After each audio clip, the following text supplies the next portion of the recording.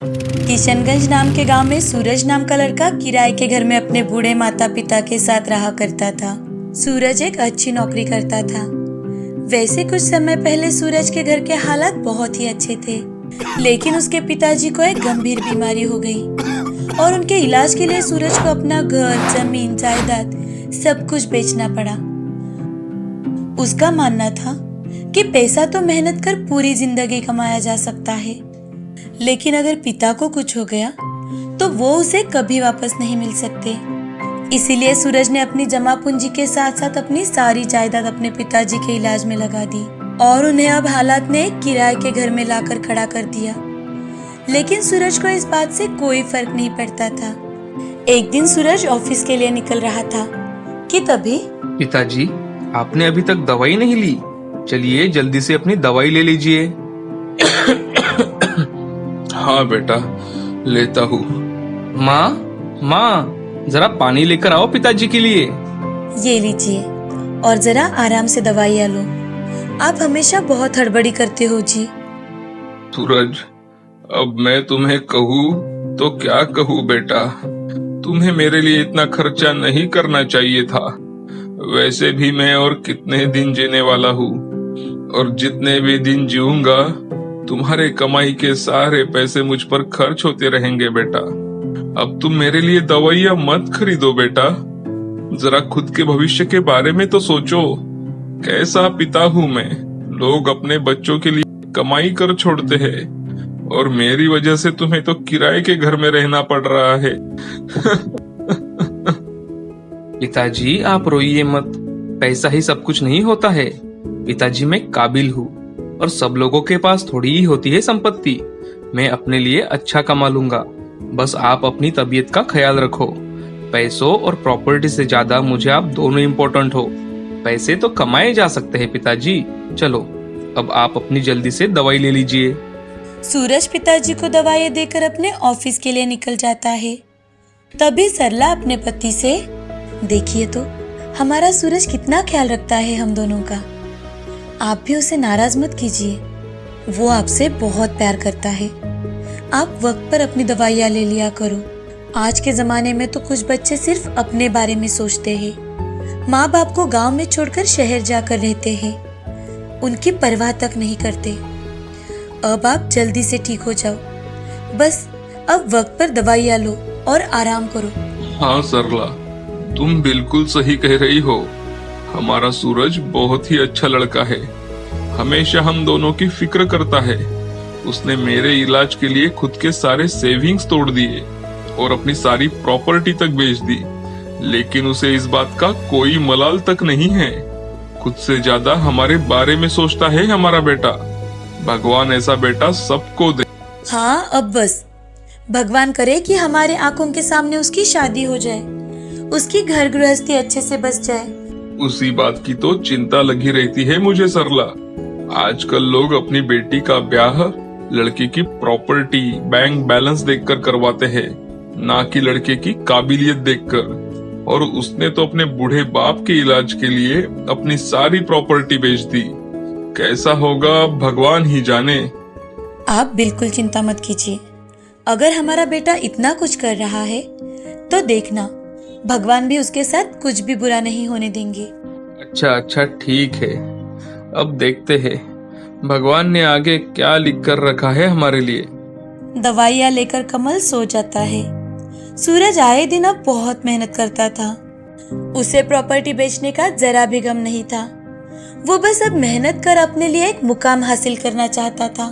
साथ ही साथ अपने माँ पिताजी का भी ख्याल रखता था। उसके पिताजी भी अब दिन ब दिन स्वस्थ होते जा रहे थे। उनकी तबीयत में सुधार देखकर सरला और सूरज दोनों बहुत खुश थे। लेकिन कहते हैं ना, बुरे वक्त में अच्छाई तो बस कुछ पल की ही मेहमान होती है। वैसे ही कुछ हुआ सूरज के साथ। एक दिन सूरज मुंह लटकाते हुए घर आया और बिना खाना खाए और बिना किसी से बात किए ही सो जाता है। सरला, आज सूरज को क्या हुआ है? हमारा बेटा हम दोनों से बिना बात किए ही सो गया। आज तक तो ऐसा कभी नहीं हुआ सरला। हाँ, मैं भी वही सोच रही हूँ, लेकिन अब उसे सोने दीजिए। हम कल सुबह उससे बात करेंगे।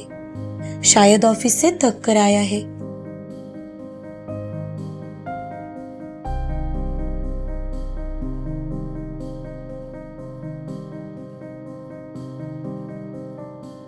अरे माँ, पिताजी आप दोनों, क्या हुआ? सब ठीक तो है ना पिताजी? आपको कोई तकलीफ तो हो नहीं रही ना? बेटा, हमेशा हमारे बारे में सोचते हो। हमें कुछ नहीं हुआ। अब तुम ये बताओ, तुम्हें क्या हुआ है? कल रात तुम घर आकर सीधा सो गए। कोई परेशानी हो तो तुम हमसे बात कर सकते हो ना बेटा?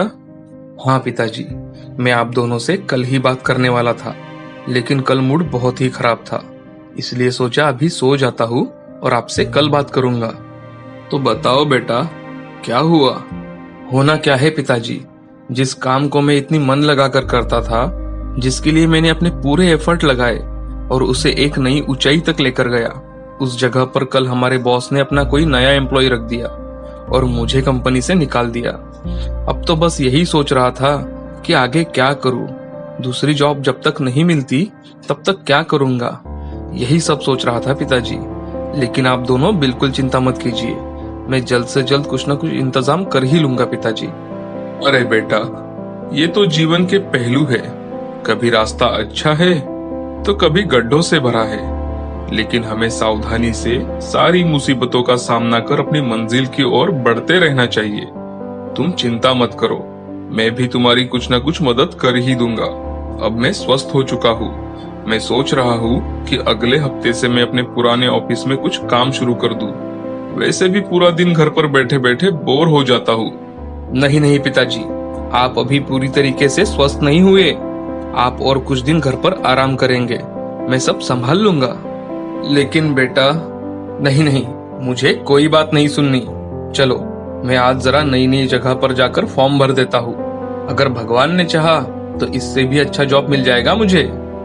जरूर मिलेगा बेटा, भगवान तुम्हें हमेशा खुश रखे। सूरज उस दिन नई नई कंपनियों में जगह जगह जाकर जॉब के लिए अप्लाई कर देता है और शाम के वक्त घर से थोड़ी ही दूर एक चाय के ठेले पर चाय पीने के लिए बैठ जाता है कि तभी वहाँ पर सूरज के कुछ दोस्त आते हैं। अरे सूरज, आज रास्ता भूल गए क्या भाई? ये तो मैं भी सोच रहा हूँ कि सूरज आज चाय की दुकान पर, कुछ तो बात है। घर पर सब ठीक तो है ना सूरज? अरे हाँ भाइयों, सब ठीक है। लेकिन तुम तो कभी ऐसे नहीं आते हो इधर, क्या हुआ बताओ सूरज। सूरज अपने दोस्तों को उसके साथ हुई सारी बात बता देता है। सूरज की बात सुनकर अमित सूरज से कहता है, अरे यार, एक और मुसीबत आनी ही थी क्या तुम पर?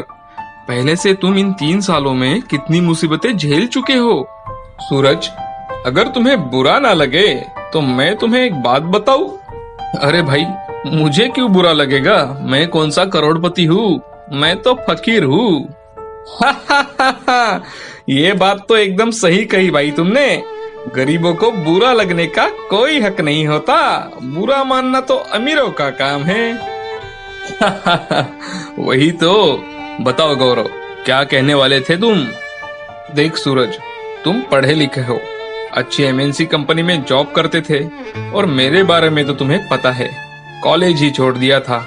घर वालों के ताने खाने के बाद यहाँ शाम के वक्त आईटी पार्क के पास अपना अंडा पाव का ठेला लगाता हूँ और रात 11 बजे तक 3-4 हजार तो कमा ही लेता हूँ। तो जब तक तुझे अच्छी जॉब नहीं मिलती तो तू भी ऐसा ही कुछ कर ले, जिससे तेरे घर भी चलेगा और कुछ पैसे भी बचेंगे तेरे पास। हाँ गौरव, ये आइडिया तो वाकई में अच्छा है और इसमें बुरा मानने की क्या बात है भाई। कोई भी मेहनत से ही कमाता है, चाहे रास्ते पर ठेला लगाकर हो या एसी में बैठकर काम हो। काम तो काम होता है, सबको उनके बदले नोट ही तो मिलते हैं और वही तो इम्पोर्टेंट है। अगले दिन सूरज गौरव के कहे अनुसार एक ठेला किराए से लेता है और अपने साथ एक नूडल्स बनाने वाला लड़का लेकर शाम को रेडी लगाता है। नूडल्स के साथ साथ रोटी सब्जी भी रखता है। उसे पता था कि बहुत से लोग नूडल्स के साथ साथ रोटी सब्जी भी पैक करवा कर लेकर जाएंगे। पहले ही दिन सूरज की अच्छी खासी कमाई होने लगी और वो नूडल्स भी अच्छे आटे से बनाता था, इसीलिए लोग अब सूरज के ठेले पर भीड़ करने लगे। 3-4 दिन में लोग कतार में रहकर सूरज की रेडी के सामने भीड़ करने लगे थे। ये सब देखकर आस पड़ोस के ठेले वाले इकट्ठा होकर बात करने लगे। अरे कौन है ये नया ठेले वाला? 3-4 दिनों में ही इसने तो सारा धंधा जमा लिया है इधर। अरे भाई, अगर ऐसा ही चलने दिया ना तो हमें हमारी दुकान बंद कर घर जाना होगा। अरे ऐसे कैसे ठेला लगाया है यहाँ? हम यहाँ के गांव वाले हैं भाई, हमें उसे यहाँ से भगा देना होगा और ये काम तो हमें आज ही करना पड़ेगा। हाँ हाँ भाई, अगर ये यहाँ और कुछ दिन रहा ना तो हमें हमारा सारा धंधा बंद करना पड़ेगा। हमें जो करना है वो आज ही करना होगा। रात को सूरज भीड़ कम होने के बाद घर की ओर निकल पड़ता है कि तभी सारे ठेले वाले सूरज को घेर लेते हैं और उसे बहुत पीटते हैं। सूरज की पिटाई करने के बाद वो लोग उसके ठेले की भी तोड़फोड़ कर देते हैं और तो और उसे कल से वहाँ ठेला लगाने से मना कर वहाँ से चले जाते हैं। सूरज अपना टूटा फूटा ठेला देखकर रोने लगता है और वैसे ही घर की ओर निकलता है।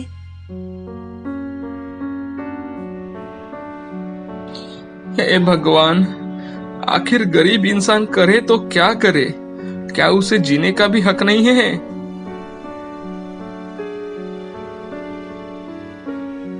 बेटा, बेटा कहाँ जा रहे हो? मुझे बहुत भूख लगी है। बेटा, क्या तुम्हारे पास खाने के लिए कुछ है? मैं 3 दिनों से भूखा हूँ बेटा। अगर तुम्हारे पास कुछ हो तो मुझे दे दो बेटा। भगवान तुम्हारा भला करेगा। बाबा, भगवान का तो आप छोड़ ही दो। अभी अभी कुछ गुंडों से मार खाकर घर जा रहा हूँ मैं। मेरा सारा सामान उन्होंने तहस नहस कर दिया। अब रोटी सब्जी तो उन लोगों ने फेंक ही दी है। कुछ नूडल्स है, यही बनाकर देता हूँ आपको। वैसे भी कल से वहाँ रेडी लगाने के लिए मना कर दिया है उन लोगों ने। सूरज बूढ़े बाबा के लिए बचे हुए नूडल्स अच्छे से बनाने लगता है। जब सूरज नूडल्स बना रहा था तब उसके बदन पर लगे हुए घाव बूढ़े बाबा देख रहे थे। थोड़ी ही देर में सूरज नूडल्स को एक प्लेट में डालता है और उस बूढ़े बाबा को देते हुए, बाबा लीजिए, आप ये नूडल्स खा लीजिए। बूढ़ा भिखारी जल्दी जल्दी से नूडल्स खाने लगता है। सूरज बूढ़े बाबा की ओर देखने लगता है और बूढ़े बाबा से, बाबा आराम से खाओ। अगर आपको और चाहिए तो मैं आपके लिए और बना दूंगा, लेकिन आप आराम से खाइए। नहीं नहीं बेटा, ये बहुत है, मेरा पेट आराम से भर जाएगा। बूढ़ा प्लेट में दिए हुए सारे नूडल्स खा लेता है और फिर बचे हुए नूडल्स सूरज बूढ़े बाबा को बांधकर एक थैली में देता है। बाबा ये लीजिए, ये नूडल्स आप अपने साथ लेकर जाइए। धन्यवाद बेटा, तुम्हारी इतनी हालत खराब होने के बावजूद तुमने मेरी भूख मिटाई है। लेकिन तुम्हें देने के लिए मेरे पास कुछ भी पैसे नहीं हैं।